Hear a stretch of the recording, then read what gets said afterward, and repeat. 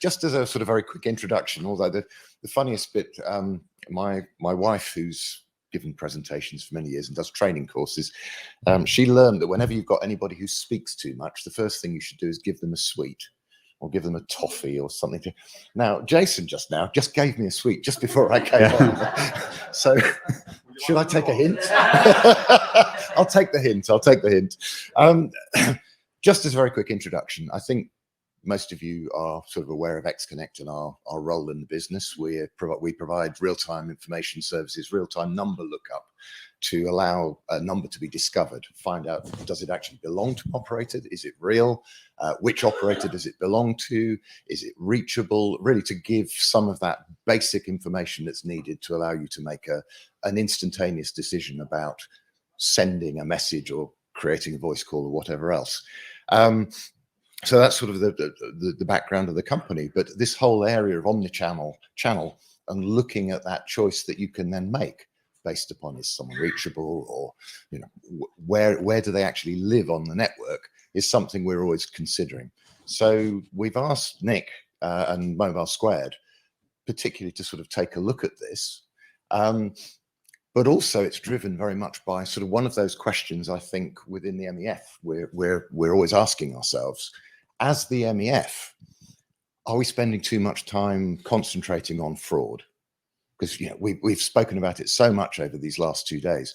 Are we almost forcing ourselves to worry about these channels that we can use? And is that actually too much? Are we too worried about it? Should maybe we change the balance a little and think more about promoting these particular capabilities we have in the opportunity we have within this mobile ecosystem to use all of these different channels, and really, building that up. So part of the question that I was really asking of Mobilesquared was to say, so what is the reality of trust in these different channels, rather than what we think or what we present or what we hear in seminars and talks, and the worries about how we deal with fraud. So it was, let's get a measure. Let's actually try and get some of that feedback. So I just wanted to provide you with that sort of starting point to say that's why this particular study has been done, in saying let's actually get real market feedback. So I'll let Nick take over and sort of go through those slides. Do you want to introduce the rest of the team? And because what we'd really like to do is sort of go through that, and then we have 3 of us who will hopefully provide useful comment. Fantastic. You might question that, but I can do that. So Mr. Nick Lane, come on down.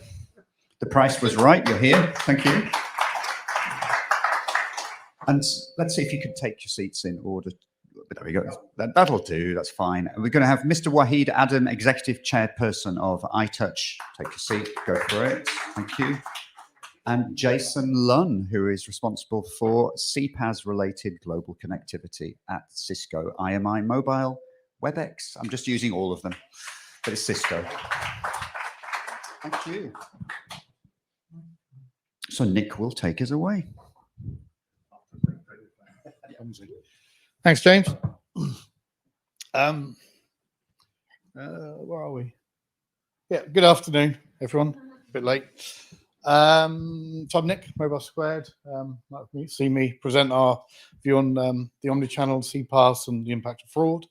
Yesterday, so it's good that Tim can kind of just set the scene. So I've got a few slides, kind of key findings from our research that we've been conducting this year. For the last couple of months, we've spoken to 60 companies to get their views on where they see the omnichannel. Most of them are aggregators primarily, and they're obviously, we're asking about how their customers are. Sorry, it's moved from yesterday. So it's thrown me. It's moved from yesterday. That's better. Makes all the difference. In terms of how their customers, their enterprise and brand clients are using various channels to communicate over the omnichannel and what it means. So there you go. Which channel should I really trust? Which is ironic when Tim said, we spent the last few days just talking about fraud, and we're now talking about trust. And I'm sure there's part of fraud in here which we'll cover. So that's nice.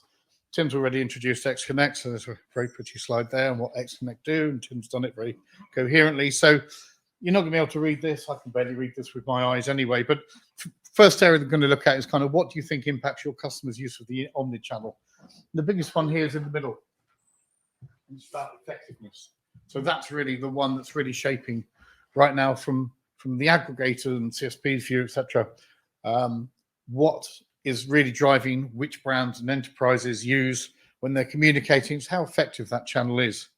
And I think that's a key point. Does the potential threat of fraud impact which channels your customers use for their company marcoms? The biggest one, again, is they use the channel because of its effectiveness. This was a kind of sectoral that applies, so it's not just something split out by 100%. The other one here is, yes, they try to avoid using channels that they believe attract a lot of fraud. So again, you've got kind of a bit of a conflict in answers there, which is quite interesting. But the other thing there, the other third most selected response was they expect fraud to be tackled by their CPaaS provider. And the lowest one there with 12.5% was they will tolerate some fraud on the channels. So again, just work with me because you'll see where we're going with all of this. But again, it's all various kind of points from the research that we think will start to creating a much bigger picture. So this is based on, we also, I think probably should have mentioned, we did a similar piece of research last year, and some of the questions we've kind of doubled up just so we can see what's happened year on year, and this is one of them. So please rank the channels that are most trusted by your business customer. So the dark blue is the response from last year, and the light blue is from this year's research. And what's really interesting is that SMS was the most popular last year. It still is the most popular last year, but you can see its levels of trust have actually diminished year on year. And you can see that the traditional channels are waning in trust. So you've got email and voice here on the left, and then you've got RCS and WhatsApp on your right. So you can see that actual levels and trust in RCS are actually skyrocketing at the moment over the last 12 months. So that's obviously making a big move. WhatsApp, which has almost similar trust levels within business now as SMS, is also on the rise. So if we run the research next year, let's hope we do, Tim. Then we'd expect probably WhatsApp to obviously be the most trusted channel, probably followed by RCS. And given what's happening with SMS, obviously don't want to go on the fraud too much, but who knows what's going to happen with SMS. But I think still the key point here is that SMS is still the most trusted channel, regardless that there are obviously WhatsApp's close. It is still the most trusted. We also asked which channels do your customers use, your brand and enterprise customers use to communicate various use cases. So we've done the 4 standard use cases of alerts, marketing, promotions, security, and reminders. Now, on average, 91% of our respondents said that their customers use SMS on average for all of those use cases. And that was obviously the greatest response, followed by email, 69% on average. Is where they'll use the various use cases. And I think that's really telling. That really shows, again, exactly where brands and enterprises still view SMS today, despite everything that we've been talking about, and not just at this event for probably the last 12 months, 18 months, around the fraud associated with SMS. It is still the most effective channel. And that's really what it comes down to. You look at RCS here, you've got... it shows that, brands and enterprise clearly see RCS as a key channel for marketing and promotions. So, and again, the popularity of that already outweighs WhatsApp. And then, fraud. What % of your customer spend on CPaaS do you think is susceptible to fraud? And I'll keep this very simple. Last year, when we asked this question, the response was 8%. This year, it's 9.57%. Not a massive swing, but I think it shows the mindset of industry, and it shows that you people as industry folks see that fraud is playing a greater part, certainly in CPaaS as well as other channels. It could be that it is a kind of a derivative of what's happening in SMS. But again, it just shows that in the minds of the industry, fraud is creeping up. And do you expect, I mentioned this one yesterday, your client's total annual CPaaS spend susceptible to fraud, quite a mouthful, to increase or decrease? Now, last year when we ran this, industry expected the amount of fraud amount of spend susceptible to fraud to decrease. This year, we expect it to increase. That's a 7 percentage point swing. So again, it just shows that in actual fact, in 12 months, the view of industry has changed quite significantly. And again, what percentage of your overall spend is lost to fraud? Now, we're not saying that, you know, this is the actual amount that's going to be lost to fraud, 4.75%. I just need to state this is an industry survey. But again, last year, that figure was 4.75%, and now it's increased to 8.1%. Again, just kind of reiterating that impact that I guess what's happening probably in SMS is certainly kind of penetrating the view of certainly of CPaaS and having an impact on large across the Omnichannel. And then almost finished before we can basically hand it over to the fun boy 3 here. That's the only band reference I could think of. Just looking at you there. Just quite tight. We are. This is looking at the impact of fraud on businesses, and at the top is phishing, followed by AIT. So that's quite interesting, I think, in terms of from the industry perspective. Phishing, obviously, the direct impact that this is having on customers and consumers is still identified as the biggest problem. From a fraud perspective, slightly ahead AIT, and obviously AIT is impacting the brands and enterprises. So, you know, the levels of fraud are affecting everyone. Online, you need these are your words, you need a mic. Yeah. Just as a clarification. You got 2 artificial inflation of traffic, or artificial generation of traffic. Inflation and Generations. And can you explain very briefly the difference and why you got phishing and smishing also there? Because you're very defined in your options for the enterprises. Do they understand? Do you understand the question, the difference? They are. Yeah, I'm sure they do. Let's go into that in the panel. Okay. Good question.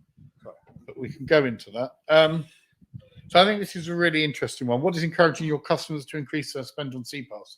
Standout one is engagement. And again, I think what the data is showing us, and the kind of flow of data as we've analysed it, is that what's supported the omnichannel so far and what's encouraged brands and enterprises to keep using it is the effectiveness. And that effectiveness is obviously primarily a one-way or fairly dull use case. You know, because I think voice is obviously two-way, but what's voice used for? Customer care. And it's never a particularly compelling experience. But now we're looking at worlds of engagement, and you can start to see why all of a sudden there's more demand for things like rich RCS, WhatsApp, for much richer channels to start engaging. So we're really starting to see, I think, this transition from driving from what is kind of a platform of effectiveness towards something around the engagement and the interaction to start to ensure that brands are really talking to consumers in the way that consumers want. So that will be the link to register your interest for the white paper and download the white paper, which will be available very soon. And now I'm here, lurking. Back to James. You take a seat over there, please, Mr. Lane. Thanks, Nick. Oh, okay, making life difficult. I'm going to come around here then. I'm going to sit. So I'm going to sit next to you, Jason. I'll sit here. Why not? Go for it in the middle. Right. Wahid, you are from South Africa. You created, built, and lead iTouch messaging. You have enterprise clients, small, medium, large. You've got enterprise clients. Do they care about the channel, or surely do they just care about the result? They don't care whether they get the result with SMS or WhatsApp or whatever it is, from your perspective. I think that enterprises, particularly the large ones, let's talk about really companies that kind of have different business units, having a channel that they can manage throughout the enterprise is something that firstly is very key for them. So if it were that they introduce CPaaS into their environment, you know, other than just giving them the options of channels, it's also an internal control system. Right? So they have a marketing budget, they have a central marketing budget, but that is dispersed over multiple business units. And therefore, a CPaaS environment kind of assists them in managing that. Right? So through the admin user control systems, they can in fact apply a budget to a specific business unit a specific department. So I think that's the one thing that we haven't yet heard much about, is that CPaaS serves the business process, not only the messaging requirement. So that's one thing.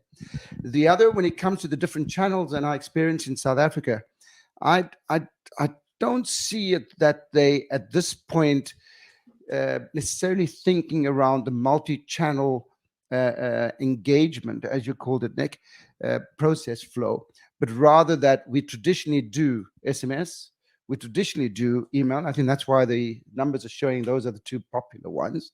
And when it comes to WhatsApp and RCS, they kind of coming on board, right? So they kind of more new channels, if you take it, relative to SMS and email. Hence, you're seeing that's still the most popular. And then you also got the heads of each business unit, again, talking about the enterprise, that knows how to do or use the channels of SMS and email quite comfortably, whereas WhatsApp starts becoming a different, methodology. And it's the change management. It's all about comfort, that what can they're also comfortable influence. with. Yeah, so that's why I say SMS. It's Okay. still very popular. Fantastic. Jason, we're going to be sharing a little mic here. I'm sure we can manage that. Cisco, obviously a rather large global business. So you're serving clients all around the world. And actually the same question to you from your client base, but let's look at it from the larger client perspective. So your larger clients, would you agree with what Wahid said? He better.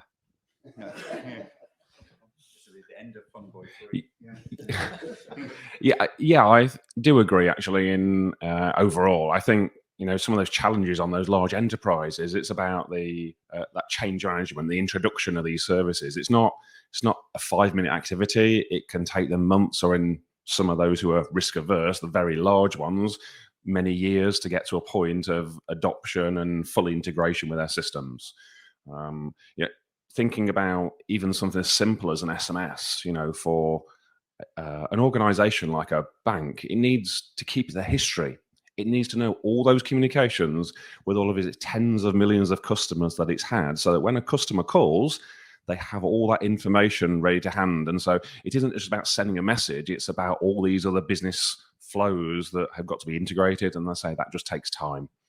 Are they, I guess probably two things. One, are they looking to explore other channels? Yes.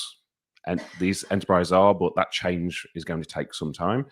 And I think the second thing for them really is, as in our industry, how can we make that easier for those enterprises?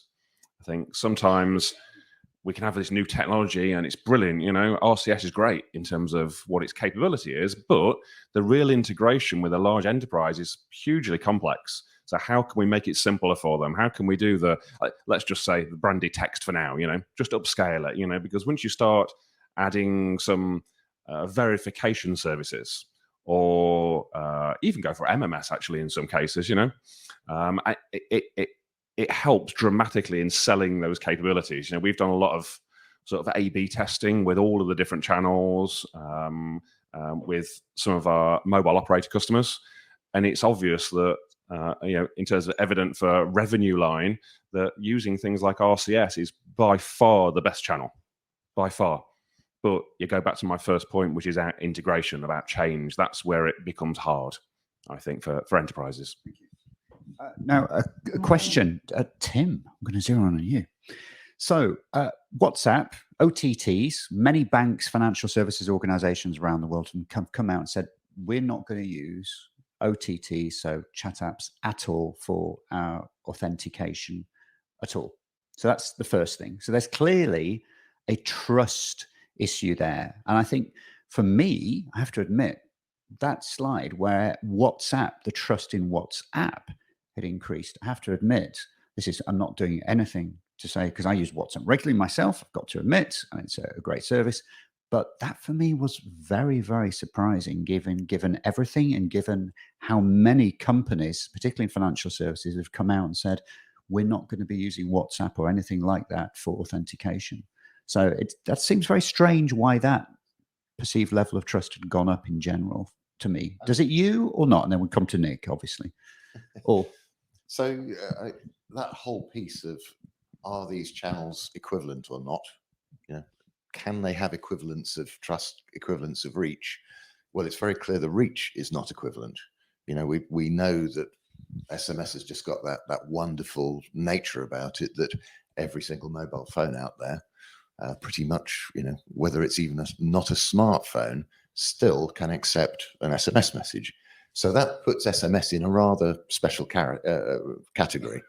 When you're then looking at, say, the loss of trust which has occurred with, you know, young Mr. Musk basically writing off access very publicly to using SMS as a channel, you know, I do think that is almost one of the things that triggered the question we originally asked of Mobilesquared, in saying, so is that actually reasonable? You know, and does that reflect the rest of the industry? And I've got to say, when I look at these results here, I'd say, no, it doesn't actually reflect what the rest of the industry sees. There you've got one single point of one very, you know, very public, very loud voice, which has clearly made a very strong point. It has caused us all to sit up. It's caused us all to think again about, you know, are we actually doing this fairly reasonably? Are we actually charging correctly? Or are we just kind of doing best efforts? And I think that has caused the industry to sort of sit up and look.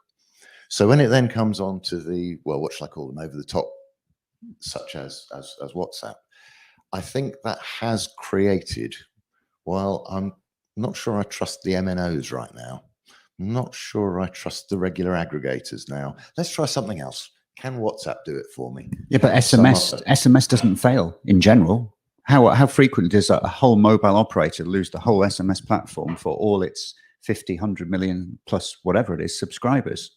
Once every 5 years. Is it once every? You know the example.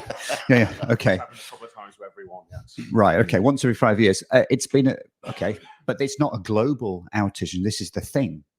We talk about WhatsApp or any other OTT. You have a global outage, and if you are pinning your whole business to that because it's cheaper, it's more advantageous commercially, you could be in a whole world of hurt.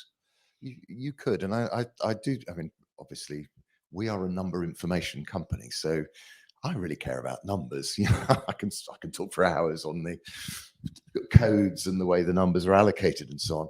And I do think one of yeah, I'm sweet, but Ricola, there we go to the rescue. I found particularly, you know, when you look at WhatsApp, hold on a minute. So WhatsApp is actually addressed by a telephone number.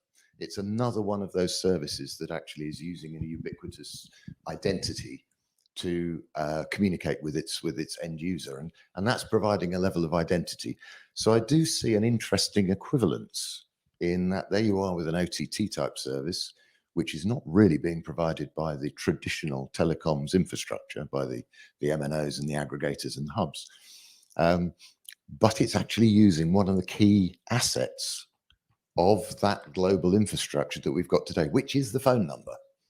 So, you know, you could almost, and I think I've even done a session on trust in numbers. You know, do you trust the numbers? And I think that's possibly a key to this. I think people do trust the numbers, and maybe that's an asset of this particular channel, which results in it getting a higher score than you might have expected. Okay, and here comes the researcher, Nick. Oh, sorry, Wahid, do you want to jump in? Could I just comment on a use case? Mm. So a few years ago in South Africa, one of the major banks launched proudly the first in the country WhatsApp banking. And a couple of years later, so it's been a few years since, but a couple of years later, they had a minuscule amount of downloads or activated accounts on the WhatsApp channel, and they largely sold airtime and data. So the trust may be there with the channel, but I think the choice from the consumer is another one to discuss. It's not always my choice. That's the customer. Nick. So just come back to the initial question. Really? You asked, in terms of the trust levels in WhatsApp, don't forget this was an industry survey asking industry to share their views on what their customers are seeing. So, you know, just because one bank has suddenly said we're not going to use OTT messaging or any kind of messaging, we'll use in-app push or whatever they're going to use. I don't, you know, that obviously doesn't speak for the whole industry. because I think what the data has actually showed, surprisingly, or maybe surprisingly, I don't know, is that there's still a lot of faith, a lot of trust still in SMS.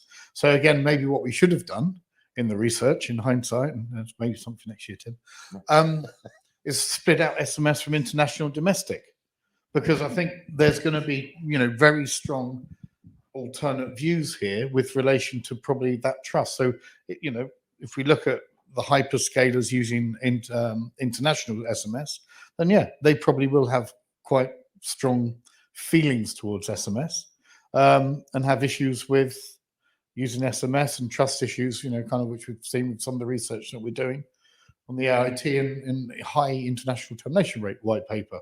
But, with regards to WhatsApp, there's a lot of trust moving on to WhatsApp. So again, I think it's an educational piece that the industry needs to do, not only just on SMS, but WhatsApp.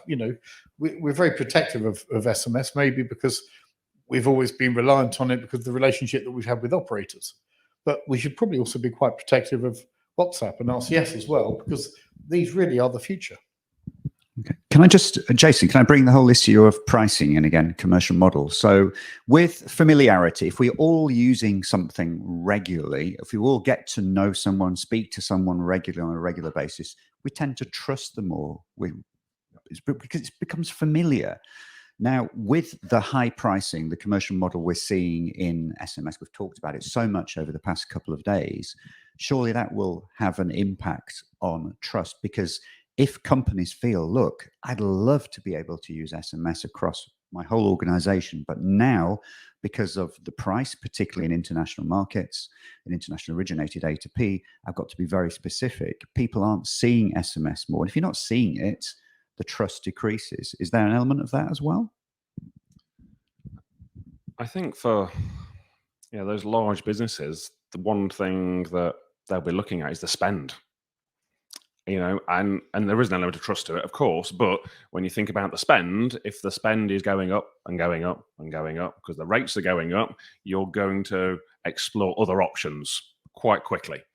And that's what we're experiencing now. More and more clients are experiencing or doing tests and trials with these other channels. What's next? How do we move forwards? Because they understand it's not sustainable. So I agree, the market's either got to come back with pricing to maintain SMS, or it will be losing out very quickly, in my opinion. Now, one thing that has not been mentioned once the whole event, and it's a little pet subject of mine, it has been the past few years, is the usage of what we are selling to the world internally within our own organizations. So you think of mobile operators often have thousands of employees. We have some large aggregators here of thousands of employees. And trust also, it's important for team members to have trust as well, not just your own customers. So are we doing enough as an industry to actually eat our own products in terms of how we communicate internally within our own companies beyond just email? Because surely that will help. And if I am a potential customer, as I might be, of one of you guys next year, if you are using your own solutions, surely, and you can you're an example of that, absolutely fine. But it's like selling a BMW, but actually you're driving a Mercedes. What are we doing in the industry to actually use our own products and solutions? Because surely that's the most amazing showcase of it. Or some are, I don't know. James, guilty as charged. I think we all must have an example where, the carpenter and its tool story, where we have the tools, but we haven't implemented it. We sell it well, but we haven't necessarily implemented. Often our own website is still archaic, for example, without the latest information. We do tend to focus outward. So yes, guilty. I absolutely won't deny that. And I just had a recent case, in fact, where we decided that we're not using all our own channels for our own marketing. And then the marketing department went off to do that and did not use, and let me use the right phrase that Ross and our peers from Upstream taught us yesterday, our multi-channel platform, that they weren't using our own platform to send the campaign. Yeah, so we are guilty of that. But I'll be surprised if no one in the room can say the same. Appreciate your honesty. Not as many people are as honest as you, Wahid. I'd really struggle to use. So, I've got a couple of billion queries to send today. Not quite sure we're quite large enough for that,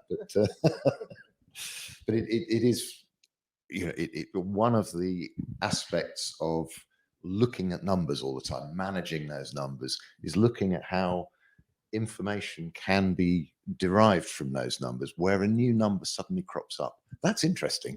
All of a sudden, a new number has appeared in a particular range. Why? Is it because it's being used for fraud, or is it because it's being just released or announced or added into the network? So there are some of those things where you can say, okay, there's information that is helpful and can be made available in its own right, which is a little bit separate from the normal purpose that we use that data for. So I think that is one way we kind of use these things internally. But it's rather a specialized service, I think, for everything else. It is. This is to all the panelists here. So first come, first served. The regulation side of things, it's been mentioned a little bit, but not vastly at all throughout the past couple of days. And I've had personal experience of this, where a regulator often doesn't know the difference between a person-to-person SMS and an A2P SMS, and you're having to educate them. Never mind having this whole scenarios we heard on Horde's sponsor session before, and we've heard many times, and we know of personally with the industry where regulators don't allow you to even inspect the contents. If you can't inspect the content, how on earth do I have a fighting chance of knowing whether it's fraudulent or not, and therefore to protect your citizens? What is going on with the regulators, and how do we collectively, whether it's through MEF and other trade organizations, and as our own individual companies here, how do we influence the regulators positively? And what have been your experiences with the regulators? Maybe I could start, and it's also a little bit of an answer to Dario's question earlier on about these cases of fraud. Because, when you look at that list, what AIT, generation of traffic, trashing, IRSF, who knows what those things are? And unfortunately, the regulators don't. We're spending a lot of time trying to work with them.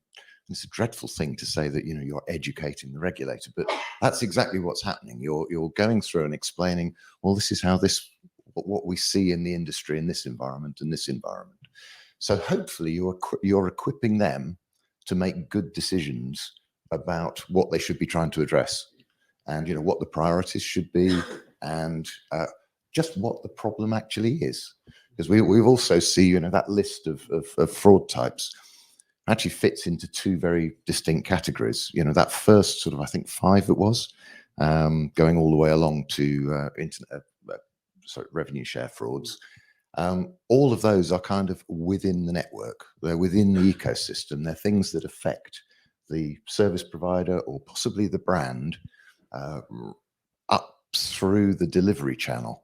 When you then get to smishing, now you're talking about things that directly affect the subscriber, the end user.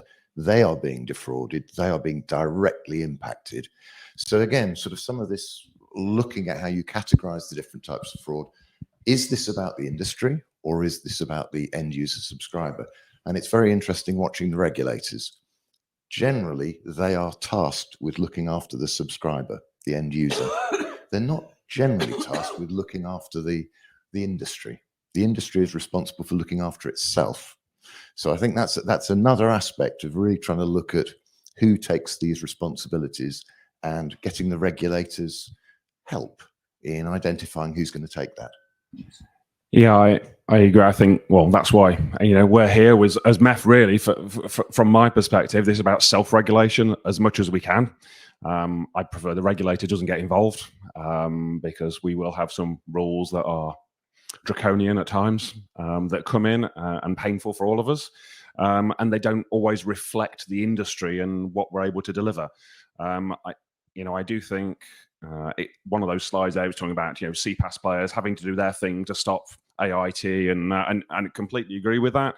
But we still have to talk about it a little bit, because there is some education to those enterprises who they don't understand the technology. I get that, but actually, how do they stop fraudsters getting to their websites to generate the traffic in the first place? They need to have some basic security controls within their systems. So there is some education we have to do there, and again, Meth's got a big part to play in that in terms of trying to make that standardized. I think the last part of this puzzle, really, for me, is how do we stop those bad players in our market? Because there are some out there, and they are tarnishing this industry for all of us, and that's not great. From a Meth perspective, we say people who are doing good, not bad. The recent changes with one of the UK operators, I think there's a couple of people in the room who will be aware of the detail of that. They're going the opposite way, and they're issuing yellow and red cards for those aggregators who are behaving inappropriate now. So they're doing the negative side, so actually highlighting some players. And so it's some balance between those who are doing good and those who are doing bad, where it's reasonable and proportionate to do that. I think we've got to that stage now. I was always hoping that would never come, but unfortunately, money talks in some of these businesses. To echo what you're saying there, I think, we can all agree about regulators and the lack thereof sometimes, but I think the most disappointing part is when the big, and I'm not just talking about bad actors or small aggregators, but I'm talking about big enterprises or big players in the industry that kind of take advantage of the lack of regulation and then err on the side of doing things that is just not ethical. And I mean, I'm in some places or cases, I'm even including operators, right? So they'll err on the side because regulation allows. And that to me is disappointing. I know what you're talking about there, but I won't mention it. Yeah, exactly what you're talking about. Folks, we are coming up to the close of this session. Yeah, we are. Can we have a little bit more time? Wow. Oh, very generous, Susan. Thank you very much. Oh gosh. Oh dear. Give him a toffee. Give him a toffee. That's a warning. Okay, we are coming up to the close, approaching it within a handful of minutes. Nick, what would you say to close this topic? Because this topic of trust runs and runs and runs. I have been with you since I've got to meet you, since I've seen you present within Meth the past 3 years.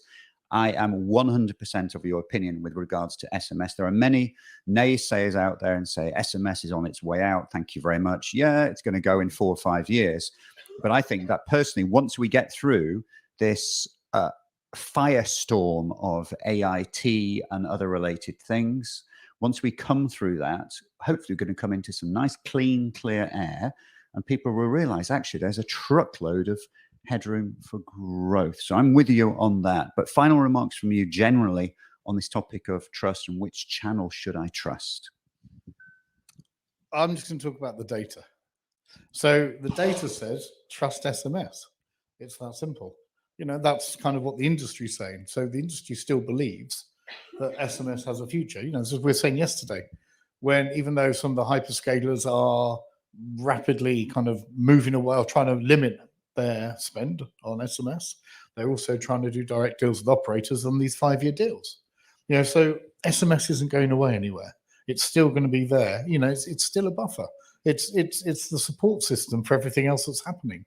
So for RCS fallback, it's SMS. For WhatsApp fallback, it's SMS. So no matter what happens, SMS is always going to be there. So it's just, like you say, I think we ride this storm out, and there will be some casualties, I'm afraid. That's inevitable. But on the back of that, like we said, there's still 90% of registered businesses that don't use SMS. So if we can create another a cleaner environment again, they might come in and start using it. I mean, to me, just everything that we're now seeing, and the yellow card, the whatever cards operators are issuing, that just brings me back 5-10 years ago for the premium rate industry, which is exactly what operators did with the premium rate guys. So again, there are so many similarities between what happened with premium rate, what we're now seeing with AIT and fraud. So many similarities going on in the background that the industry will ride through it, but it is also, it's got to work because it's also the platform for everything. I think a shameless plug for MEF, because why not? But we have the Business SMS Code of Conduct. Folks, in case you're not aware, you have 1/3 of the MEF board sitting on here with Tim, Wahid, and Jason. This guy was one of the people who put together our original Business SMS Code of Conduct, and all these three guys are going to be involved in rewriting it, as will I. And from the other side, with you guys, I'll be helping you rewrite that. I'm looking forward to doing that because it's important. And we know that here in the UK, if you want to be a provider of A2P SMS services to a government department, you have to have signed that Business SMS Code of Conduct. That's a great starting point. And the next amazing point is coming soon, I feel, and that will be where a mobile operator makes it a requirement for any aggregator who wants to do business for them to actually sign up to the Business SMS Code of Conduct. No code of conduct is perfect. Yes, it's self-regulation, but we as a community have to work hard together and self-regulate. So it's a great starting point. It's something nice to come around with. So I'm going to close up this session now because otherwise we're going to overrun. Just a personal, we've come to questions. I keep forgetting questions. Shame on me. Anyone got any questions? I'm going to do my introduction. We've got Gene Pradis from BTS. Yeah, I think we have to realize that we're dealing with a moving target. Okay, because let's say a year ago, flash calling was considered fraud. Now it's called an opportunity. We just heard this morning about AIT, AGT. What's fraud? AGT is, operational aspect. So is it fraud? Is it not fraud? All right. That's one comment. I also, we talked about reach. We talked about pricing, quality, which is the trust. We didn't talk that much about functionality, but I think that's an aspect that makes you decide which channel do I really want to use. All right. I was surprised to see email going down, but going back to the question internally, email is definitely used internally. I think, WhatsApp is being used more. Let's realize that WhatsApp, the increase is really going to come from globally, but North America is not a really WhatsApp area. So that's an area that is definitely going to grow into the numbers for, WhatsApp's projections of participation in market share. 100 million users. Right. But, there's more coming. All right. I'm just, it's just sort of like, I just want to say it's a moving target, and, we just got to be on top of where the targets are, what the bad players are, and what's fraud, what's not fraud, and, take it from there. But appreciate the input from the panel. I wanted your perspective on what relationship is there between trusting a channel and encryption of the channel. If I look at one of your slides, all of the channels that seem to be losing trust are the ones that are not encrypted. And all of the channels that are gaining trust are the ones that are encrypted, sort of encrypted. So is that a correlation? Are you seeing any in your studies that you've done, do you think there's a connection between encryption and trust going forward? We didn't ask that, but no, I think there's a strong case for that. Yeah, of course. Absolutely. It is a very interesting correlation. I think one of the other subjects that gets talked a lot about within the MEF and other groups is also this whole piece of not just the message and the content, but trusting the address, actually knowing where it came from and where it's going to. Obviously, one of the things the MEF has done is put in place the sender ID registry, which is in 3 countries at the moment. And that's had an immediate drastic effect. It's not even years that's been in place. It's sort of months that immediately had an effect on the amount of reported smishing attacks effectively. So it does seem that now I would say sender ID and encryption might also be linked together, in that in those encrypted channels, you've generally got a more trusted ID. You've got a feeling that, yeah, I do think I know where that came from. I'm not sure that's actually technically true, but I think it is certainly a perception that if you're seeing someone and you're seeing their number and it's come across one of those channels, then it's less likely to have been messed with. Now, you then look at what's happened in Facebook, where there are millions of accounts that have been generated that are creating fraudulent identities. All of a sudden, trust gets lost. It's just been destroyed by the ability to do that. So I think it's really important that doesn't happen with these alternative channels like WhatsApp. It's going to be difficult for RCS. I think what John was talking about in the session before, where you're really saying, not only have you got to trust the technology giving you the right ID, but you've got to then say, and I recognize that ID, and I actually know they're a good company to do business with.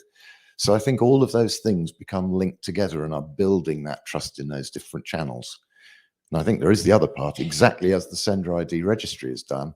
There are things you can bolt on that will improve trust in the identity. There are rules that can be used.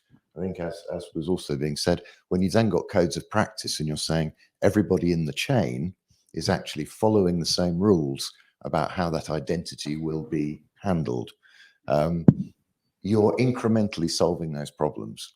But I think it's quite difficult to then get that message across to the industry to say, yeah, we fixed that and we fixed that, and this ID can be trusted. But I think that's our job. That's our job in this group, to kind of get that message out that these things can be addressed.